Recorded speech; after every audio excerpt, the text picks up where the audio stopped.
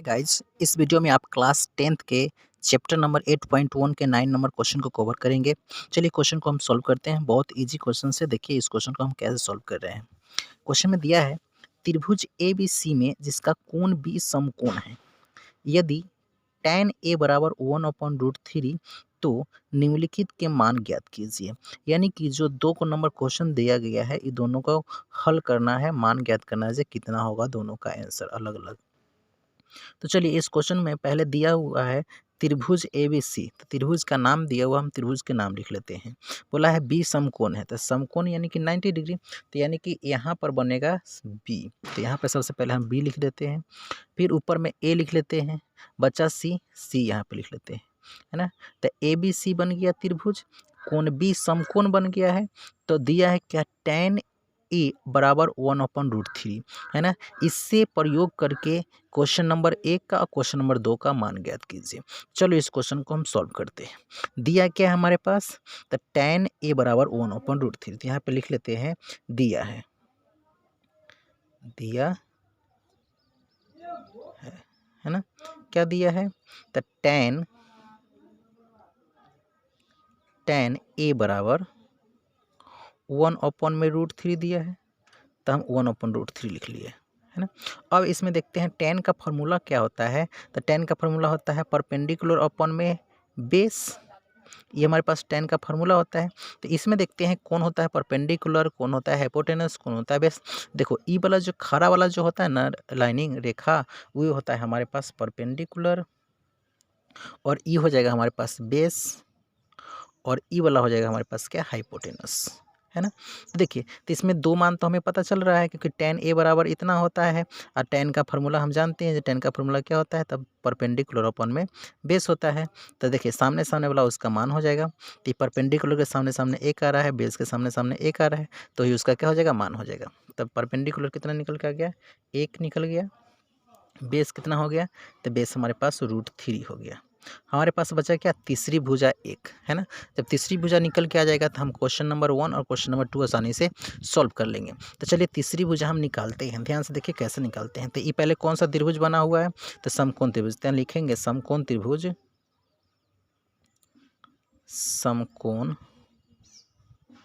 त्रिभुज नाम क्या है, ए बी सी में, है ना, ए बी सी में, जिसका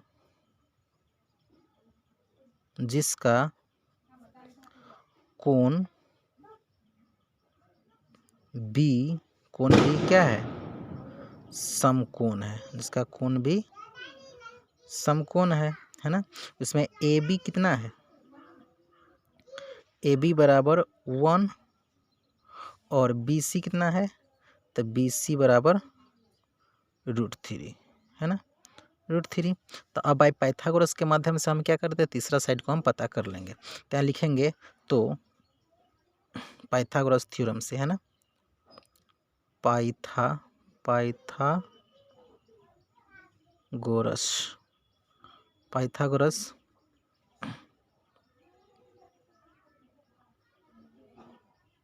प्रमेय से, है ना।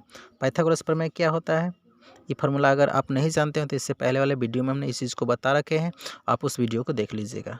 इसका फार्मूला क्या होता है, हाइपोटेनस के होल स्क्वायर बराबर परपेंडिकुलर के स्क्वायर प्लस में बेस का होल स्क्वायर, है ना। तो इसमें हमारे पास क्या क्या दिया है, हाइपोटेनस तो दिया नहीं है, हाइपोटेनस ही निकालना है। तो इसका हाइपोटेनस के स्क्वायर, परपेंडिकुलर कितना है, 1 है, तो 1 का स्क्वायर प्लस में बेस कितना है, √3 है, तो यहाँ पे √3 के स्क्वायर,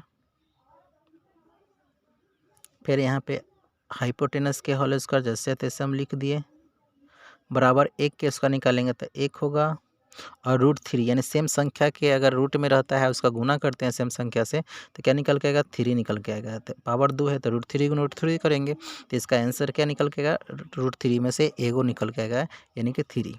अब देखो यहाँ पर सिर्फ आप हाइपोटेनस रखते हो तो इधर क्या निकल के आएगा, रूट चढ़ जाएगा, तो रूट चढ़ेगा, ये दोनों संख्या के जोड़ लेंगे तो क्या होगा, 3 1 4 हो जाएगा, है ना।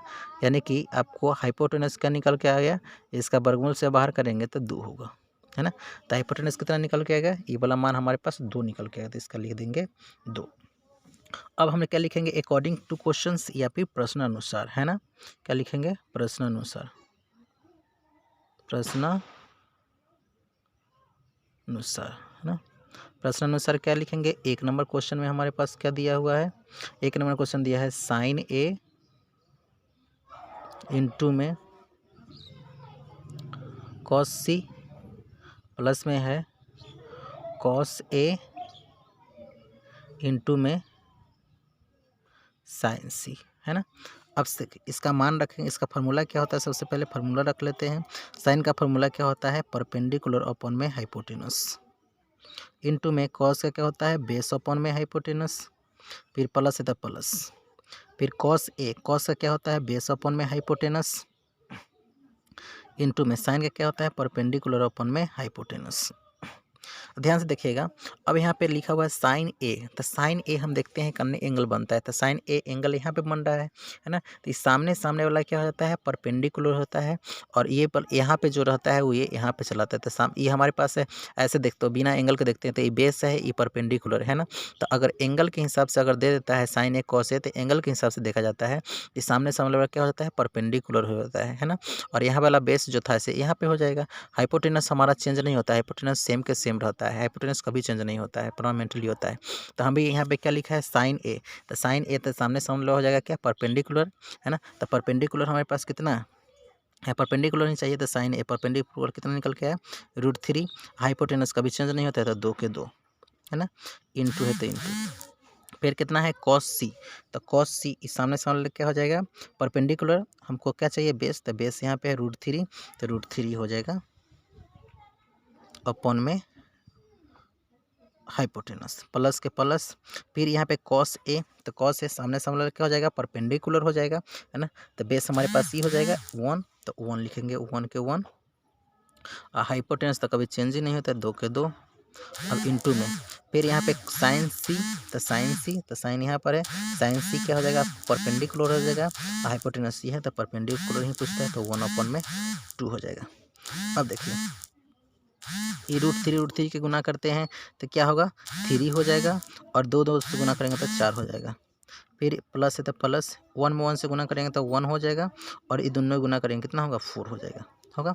अब दोनों के एलसीएम लेंगे तो कितना निकल के गया, एलसीएम 4, भाग देंगे तो एक मरतबे में कटेगा, फिर गुना करेंगे तो 3, 3 के 3, फिर उसी तरह से भाग देंगे तो एक मरतबे में कटेगा, एक में 1 से गुना करेंगे तो 1 होगा, होगा ना।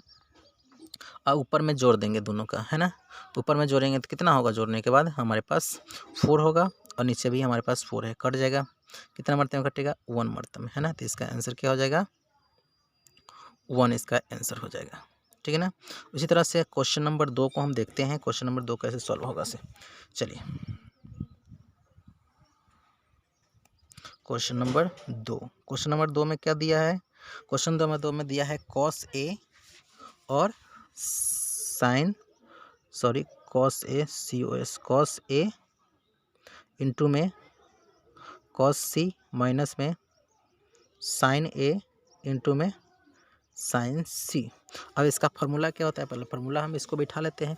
तो फार्मूला आप लोग जानते होंगे, जो फार्मूला क्या होता है, तो कॉस का फार्मूला होता है बेस अपॉन में हाइपोटेनस, यानी कॉस का फार्मूला क्या होगा, B अपॉन में H इंटू में फिर कॉस से है तो इसका क्या होगा, B अपॉन में H माइनस साइन का क्या होता है, परपेंडिकुलर अपॉन में हाइपोटेनस इंटू में परपेंडिकुलर अपॉन में हाइपोटेनस।